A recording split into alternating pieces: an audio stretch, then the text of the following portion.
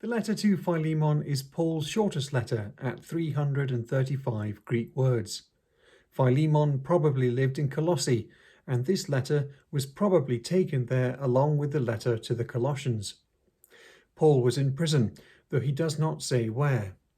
In 2 Corinthians, Paul mentions that he has had many imprisonments, and church tradition mentions 7. So he need not be in Rome.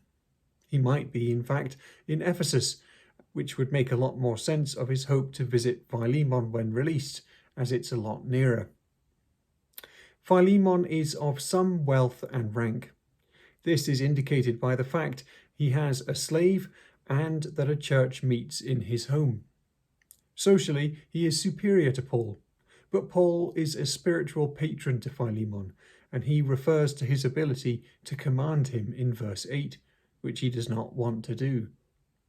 He refers to himself as an old man, which means he is worthy of respect and also a prisoner, and so Paul tugs at the heartstrings.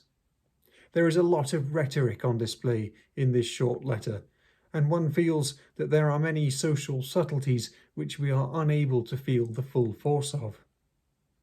Paul begins with a typical prayer of thanksgiving before coming to the meat of the letter. He talks about Philemon's love and encouragement and how he has refreshed the saints. He will use this vocabulary later when making his request of Philemon. What then is the letter about? The bare facts are these. Onesimus is a slave of Philemon. He has been converted by Paul in prison and become very dear to him. Paul is sending him back to Philemon and requests that Onesimus be treated well as a brother in Christ. So far, so simple, but there is much to read between the lines. Is Onesimus a slave sent on an errand, which was normal, or was he in fact a runaway, which has long been the understanding of the situation? Paul does not say he is a runaway. The other main question is, what is Onesimus doing with Paul in prison? Has he been sent by Philemon to refresh him with food and general news? Or has he run away and been arrested to find himself providentially in jail with Paul, who converted his master? People did send letters back with those they were returning, commending them and asking them that they be well received.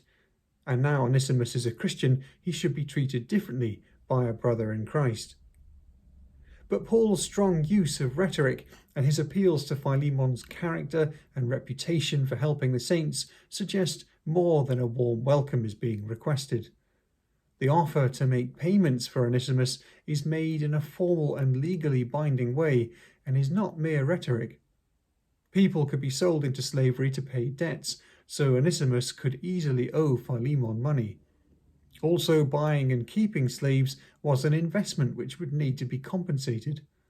And if Philemon had had to replace Onesimus by buying another slave, or if Onesimus had stolen money for his journey, all this would add up too. The Bible required that Paul not return a runaway slave, but Roman law did, and Paul was liable to serious punishment. And, of course, Onesimus could expect a particular rough reception. Onesimus' name means useful, and Paul plays on this by saying in verse 11 that now that he is a Christian, he has become useful, where once he was not. This seems to indicate that he was not a great slave, but again, there is subtlety here. In the Greek, Paul uses alternative words for useful and useless, which are Euchrestos and Achrestos. These sound almost exactly like Christ and Achristos, the latter meaning without Christ. Onesimus, then, now that he has Christ, has truly become useful, as his name suggests, both to Paul and hopefully now also to his master. Paul also points to the providential hand of God in verses 15 to 16 in all that has happened. If Onesimus is indeed a runaway, then this is Paul being very tactful on this sore point. In verse 17, Paul finally comes to his actual request which has been delayed. It is to welcome Onesimus back as though he were Paul himself. In verse 20, Paul asks for this benefit from Philemon, which again is a wordplay on the name Onesimus. He asks that Philemon refresh his heart, recalling the praise he gave him in the thanksgiving section. Verse 21 asks that Philemon will do even more than Paul says, which could mean freeing Onesimus.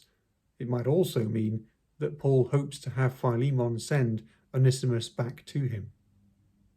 Finally, in verse 22, Paul tells Philemon to prepare a room for him. It sounds bossy to us now, but it would be a great honour for Philemon, as hospitality was of prime importance in the ancient world.